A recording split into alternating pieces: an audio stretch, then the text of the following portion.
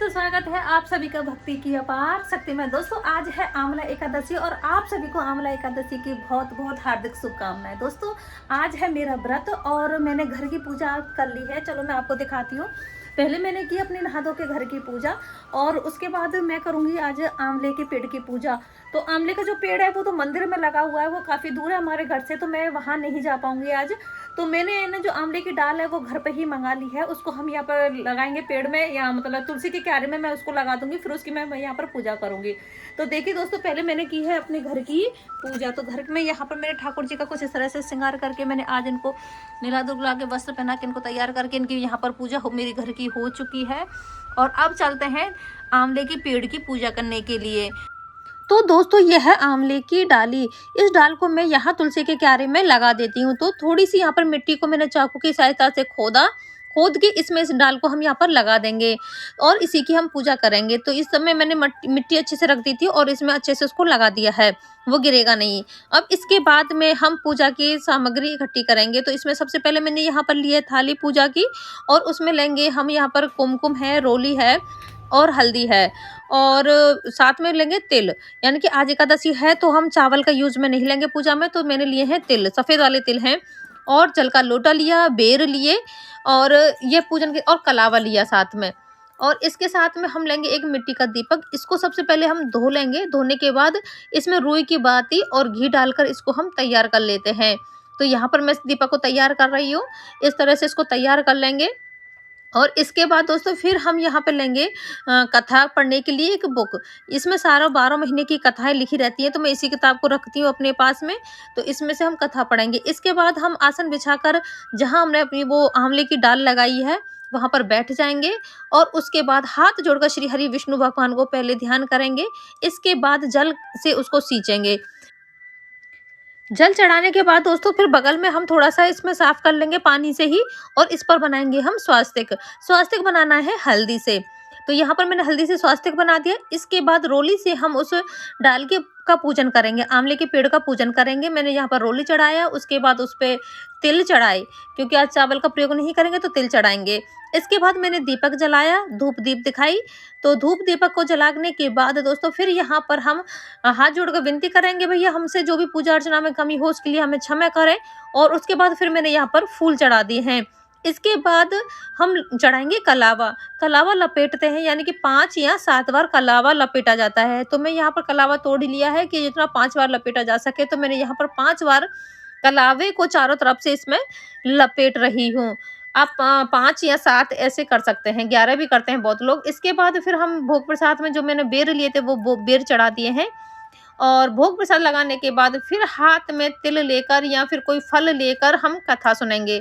तो मैं यहाँ पर कथा पढ़ रही हूँ, आप भी सुनिए। श्री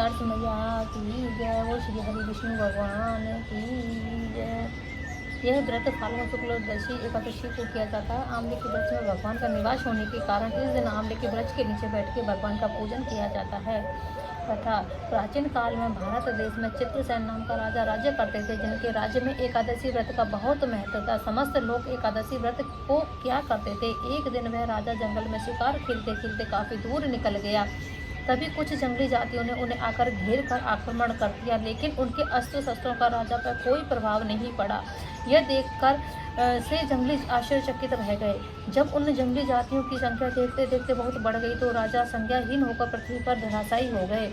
उसी समय उनके शरीर से एक दिव्य शक्ति प्रकट हुई जो उन समस्त राक्षसों को मारकर अदृश्य हो गई।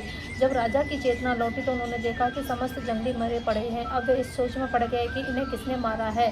तभी आकाशवाणी हुई, हे राजन, ये समस्त आक्रामक तुम्हारे पिछले जन्म की आमल एकादशी के व्रत के प्रभाव से मारे गए हैं। यह सुनकर राजा बहुत प्रसन्न हुआ तथा समस्त राज्य में इस एकादशी के माध्यम को कह सुनाया। वो राजा की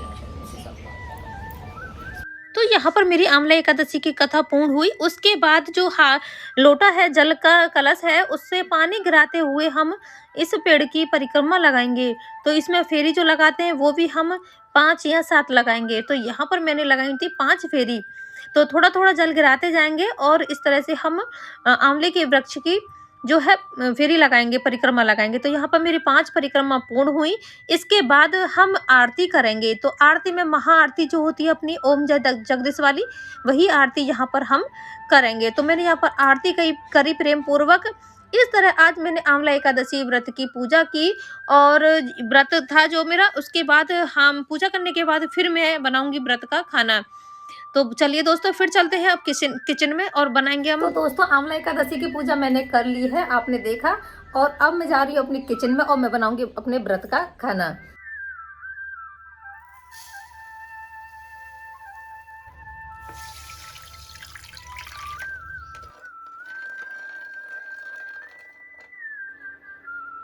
तो यहाँ पर मैं बना रही हूँ सिंघाड़े का हलवा सबसे पहले।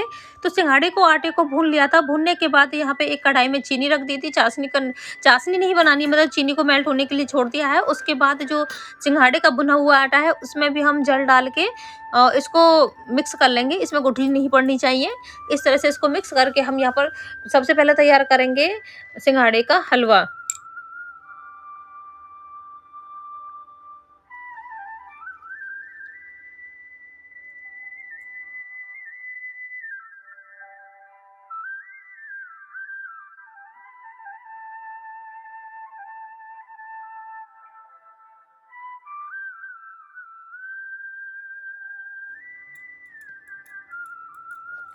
तो यहाँ पर सिंघाड़े का हलवा जो है वो बन गया है, काफ़ी गाढ़ा हो चुका है, जमने के लिए तैयार है। इसमें अब डाल देंगे थोड़ा 2 चम्मच हम यहाँ पे घी डाल देंगे। घी को अच्छी तरह से मिक्स करने के बाद इसको मैं एक थाली में फिर यहाँ पे इसको निकाल दूँगी और वो थोड़ी देर में ही ये जम जाएगा अच्छे से। बिल्कुल एक तरह से बर्फ़ी की तरह जम जाएगा। तो इसको मैं निकाल देती हूँ एक थाली में। अब दोबारा से मैंने कढ़ाई को साफ़ किया, उसी में घी डाल के मैं यहाँ पर आलू फ्राई और करने वाली हूँ।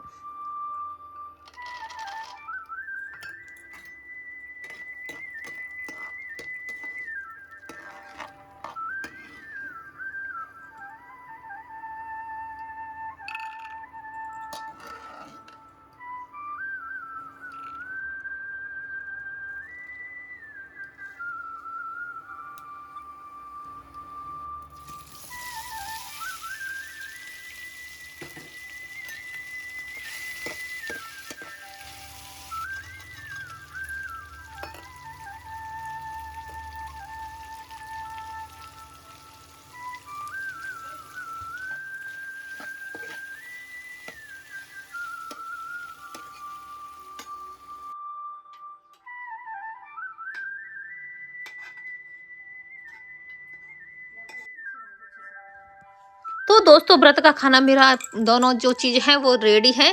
आलू फ्राई हो चुके हैं। यहाँ पर ये जो सिंघाड़े का हलवा बनाया था ये भी बहुत अच्छे से जम चुका है। तो इसको चाकू की सहायता से मैं इसको यहाँ पर काट देती हूँ। देखो कितना बढ़िया जमा है और इसको काटने के बाद इसके पीस देखो आप, बिल्कुल एकदम में बढ़िया खूब अच्छे से जमे हैं। तो ये व्रत का खाना मेरा तैयार है। तो सबसे पहले मैंने निकाला अपने ठाकुर जी के लिए भोग प्रसाद। तो मैंने यहाँ पे हलवा ले लिया है, आलू भी ले लिए हैं, तुलसी का पत्र रखा, उसमें दही भी डाली और यहाँ पर आकर मैं सबसे पहले अपने ठाकुर जी को प्रेम पूर्वक यहाँ पर भोग लगा देती हूँ। तो फिर दोस्तों मिलेंगे नेक्स्ट वीडियो में। आप सभी को हमारी यह वीडियो कैसी लगी? अगर ब्लॉग पसंद आया हो तो कमेंट कीजिएगा और चैनल को सब्सक्राइब करते हुए जाइएगा। तो मिलते हैं फिर नेक्स्ट वीडियो में, तब तक के लिए राधे राधे, जय श्री कृष्णा।